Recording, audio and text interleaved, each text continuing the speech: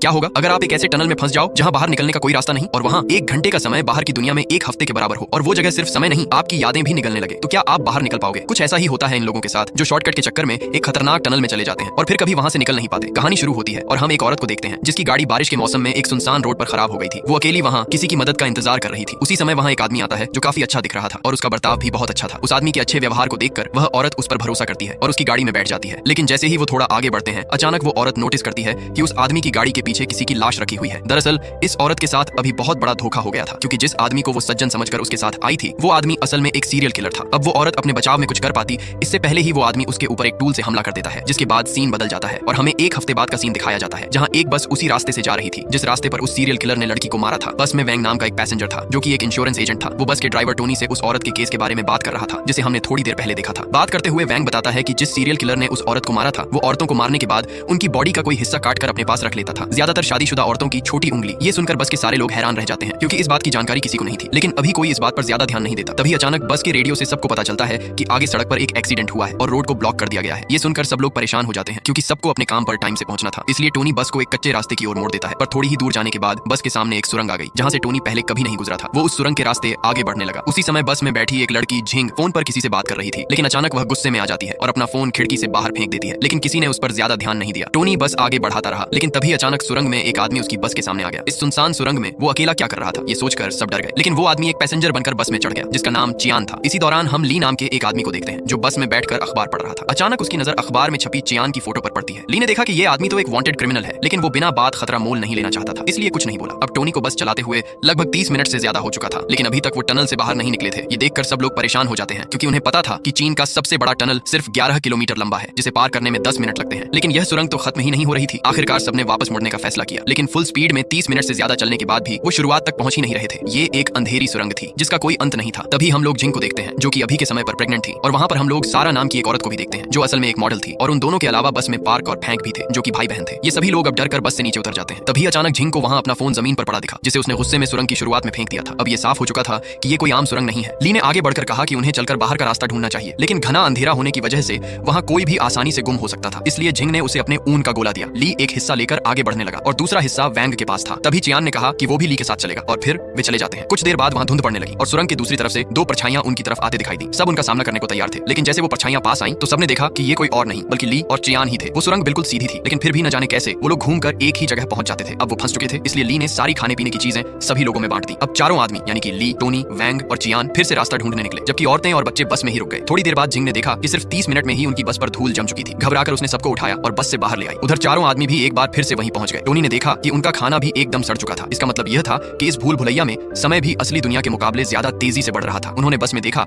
तो उन्हें पूरी सुरंग का एक नक्शा दिखाई दिया जो न जाने कौन वहां पर रखकर चला गया था। ली ने नक्शा समझने की कोशिश की, लेकिन उसी वक्त लाइट चली गई और अचानक ली भी गायब हो गया, और जहां ली खड़ा था वहां अब खून के निशान थे, जिसका पीछा करते करते सभी एक खोखली दीवार तक पहुंच गए। उस दीवार को थोड़ा सा ठोकने पर ऐसा लग रहा था जैसे उसके दीवार के पीछे कोई रास्ता हो। इसके बाद उस दीवार को तोड़कर वो सब एक अजीब से कमरे में पहुंचे जहां बहुत से गुम हो चुके लोगों की तस्वीरें और शीशे की जार में हाथ रखी हुई थी। इसके अलावा वहां पूरी जगह का इंजीनियरिंग डायग्राम पड़ा था। उस डायग्राम के मुताबिक यहाँ कुल मिलाकर 6 सुरंगें थीं जो आपस में जुड़ी हुई थीं। चियान ने हिसाब लगाया कि बाहर निकलने के लिए उन्हें 6 सुरंगों को पार करना होगा। उसके मुताबिक इसी कमरे में दूसरी सुरंग का रास्ता मिलेगा। कमरे में उन्हें एक अजीब सा कैलेंडर भी मिला जिस पर केवल 15 जुलाई की डेट थी। चियान तुरंत ही उस कैलेंडर को उतार लेता है जिसके पीछे एक खुफिया रास्ता था जिसकी मदद से अब वे लोग दूसरी सुरंग में पहुंच जाते हैं। अब जैसे ही वे लोग दूसरे टनल में पहुंचे हम देखते हैं कि उस रूम में रखा हुआ एक टीवी अपने आप चालू हो जाता है। उस टीवी में एक औरत दिखाई देती है जो एक छोटी सी गुफा में कैद थी। सबसे हैरान करने वाली बात यह थी कि उस दूसरी टनल में भी उनकी बस खड़ी हुई थी, लेकिन बस को देखकर ऐसा लग रहा था मानो वो महीनों से वहां खड़ी हो और वहां बहुत सारी वायरिंग बिछी हुई थी। ये सब देखकर किसी को कुछ भी समझ में नहीं आता। फिर वो लोग जल्दी से उस बस के अंदर जाते हैं और कुछ खाने पीने की चीजें ढूंढने लगते हैं। किस्मत से उन्हें एक बक्सा मिलता है जिसके अंदर काफी सारी मैगी रखी हुई थी। ये देखकर टोनी ने बंदूक की नोक पर खाने पर कब्जा कर लिया, क्योंकि यहाँ पर समय बहुत तेजी से बढ़ रहा था, इसलिए सबको बहुत जल्दी भूख लग गई, जिसकी वजह से वो जानवरों की तरह बर्ताव करने लगे। अब सारा से भूख बर्दाश्त नहीं हो रहा था, इसलिए वो टोनी को मैगी के बदले जिस्मानी संबंध बनाने का ऑफर देती है। अब जब वो दोनों ये सब हरकतें कर रहे थे तभी वैंग ने चुपके से नूडल्स का पैकेट चुरा लिया, लेकिन टोनी ने ये देख लिया और उसी वक्त उस पर हमला कर दिया। वो दोनों आपस में लड़ ही रहे थे कि तभी अंधेरे में अचानक से कोई पीछे से टोनी का खून कर देता है और बाकी सब बस देखते ही रह गए। इसी बीच वैंग का मैगी पैकेट बस के नीचे गिर जाता है। जब वह उसे उठाने के लिए नीचे झुकता है तो देखता है कि बस के नीचे एक मैनहोल है। उसके अंदर जाने पर वो सभी एक और अजीबोगरीब कमरे में पहुंच गए। इस बार टीवी पर वो लड़की धीरे धीरे गुफा में डूब रही थी। तभी चियान को एक बार फिर वही कैलेंडर दिखा जिसके पीछे एक और खुफिया दरवाजा था। उसे पार करके अब वो तीसरी सुरंग तक पहुंच गए थे। ये सुरंग पहले से बहुत अंधेरी और सुनसान थी। यहाँ भी उनकी बस मौजूद थी, लेकिन उसमें सांप भर चुके थे, मानो बस वहाँ सालों से खड़ी हो। अचानक वैंग ने बंदूक निकाल ली और कहने लगा कि जब जब कोई मरा है उन्हें खुफिया रास्ता मिला है, इसलिए यहाँ से सही सलामत बाहर निकलने के लिए अगर उसे उन सबकी जान भी लेनी पड़े तो वो ले लेगा। उसने जिन के हाथ से चियान के कंधे पर गोली चलवा दी। उसने उनके साथ आए दोनों बच्चों बच्चों को कमरे में ले जाकर पीटना शुरू कर दिया और फेंक को गोलियों से भून दिया। उसने सारा को भी गला दबाकर मारने की कोशिश की, लेकिन उससे पहले ही किसी ने पीछे से आकर उसका काम तमाम कर दिया। उसकी मौत के बाद अब उन लोगों को एक और खुफिया रास्ता मिला जो चौथी सुरंग में खुलता था। वहां पहुंचते ही उन्हें माहौल कुछ अजीब सा महसूस होता है। सबको अलग अलग तरह के भ्रम होने लगते हैं। उसी दौरान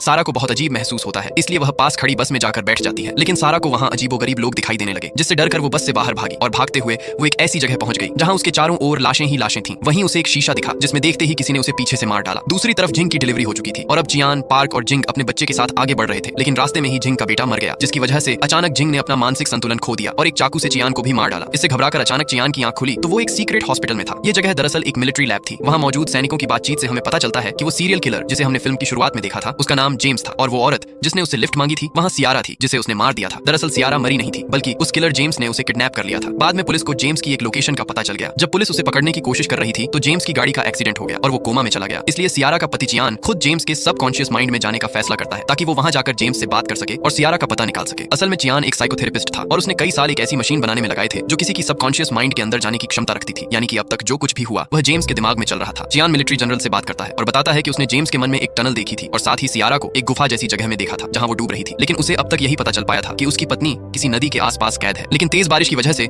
अगले 36 घंटों में नदी के आसपास की सारी गुफाएं पूरी तरह पानी से भर जाएंगी। चियान ने आर्मी ऑफिसर को उसे बार बार दिखने वाली तारीख 15 जुलाई के बारे में भी बताया, जिसके बाद ऑफिसर ने कहा कि इसी दिन जेम्स के माँ बाप की मौत हुई थी। उसकी माँ एक मॉडल थी और पिता एक इंश्योरेंस एजेंट। एक दिन जेम्स के पिता को पता चला कि उसकी पत्नी का अपने ड्राइवर के साथ अफेयर है। गुस्से में उसने जब उससे बात करने की कोशिश की तो जेम्स की माँ ने पहले अपने पति को मारा और फिर खुद सुसाइड कर लिया। असल में जेम्स खुद एक टनल इंजीनियर है, इसीलिए जब वो कोमा में गया तो उसने अपने दिमाग में एक खतरनाक सुरंग बनानी शुरू कर दी जो उसके दिमाग की तरह ही एक भूल भुलैया थी। बचपन के इसी ट्रॉमा की वजह से जेम्स ने अपने दिमाग में कई पर्सनैलिटीज बना ली थी। इसका मतलब बस के अंदर जितने लोग हमने देखे थे वो असल में जेम्स की अलग अलग शख्सियत थी। टोनी जेम्स के गुस्से और डोमिनेंट नेचर को दिखाता था, ली उसकी मददगार और फ्रेंडली साइड को, सारा उसकी माँ जैसी थी जो अपने फायदे के लिए किसी से भी समझौता कर लेती थी, वांग एक इंश्योरेंस एजेंट था जिसमें जेम्स के पिता की झलक थी, बैंक और पार्क जेम्स के बचपन के डर और मासूमियत को दर्शाते थे और जिंग उसकी सॉफ्ट लेकिन चालाक साइड थी। इन सब के अलावा एक और पर्सनैलिटी थी जो बाकी सबको मार रही थी, किसी को नहीं पता था कि वो कौन है। यह सब सुनकर जनरल चियान को कहता है कि वह जेम्स से सीधी बात करे, क्योंकि अब तक चियान सिर्फ उसकी अलग अलग पर्सनैलिटी से बात कर रहा था। चियान दोबारा जेम्स के दिमाग में प्रवेश करता है और उससे पूछता है कि सियारा कहाँ है, पर जेम्स कुछ नहीं बताता। उसकी बातों से हमें पता चलता है कि जेम्स सिर्फ उन औरतों को मारता था जिनका शादी के बाद भी किसी के साथ अफेयर होता था। उसे ऐसी औरतों को मारकर सुकून मिलता था क्योंकि बचपन में उसकी माँ के एक्स्ट्रा मैरिटल अफेयर ने उसकी जिंदगी तबाह कर दी थी। उसे अपनी माँ जैसी औरतों से सख्त नफरत थी और इसका सीधा मतलब था सियारा यानी चियान की बीवी का भी किसी के साथ अफेयर था। चियान को इसके बारे में जानकारी थी, लेकिन वह काम में इतना बिजी था कि सियारा को ज्यादा समय नहीं दे पा रहा था, इसीलिए उसने कभी सीधे तौर पर इस बारे में सियारा से पूछने की कोशिश भी नहीं की। इसके बाद वो चियान को अपने दिमाग के अलग अलग हिस्सों में ले गया जहां उसकी जिंदगी के कई किस्से चल रहे थे। चियान जेम्स के अतीत के सारे इवेंट्स देखता है जिन्हें देखकर उसे जेम्स के लिए बहुत बुरा लगता है। चियान ने जेम्स के नादान बचपन से भरे हिस्से पार्क से बात करनी चाहिए, लेकिन उसकी बहन फैंक ने उसे सियारा का पता बताने से रोक दिया। इसके बाद चियान एक सिनेमा हॉल में पहुंचता है जहां उसके सामने आखिरकार वह पर्सनैलिटी आ जाती है जो बाकी सबको मार रही थी और ये कोई और नहीं बल्कि चियान खुद ही था। इसका मतलब था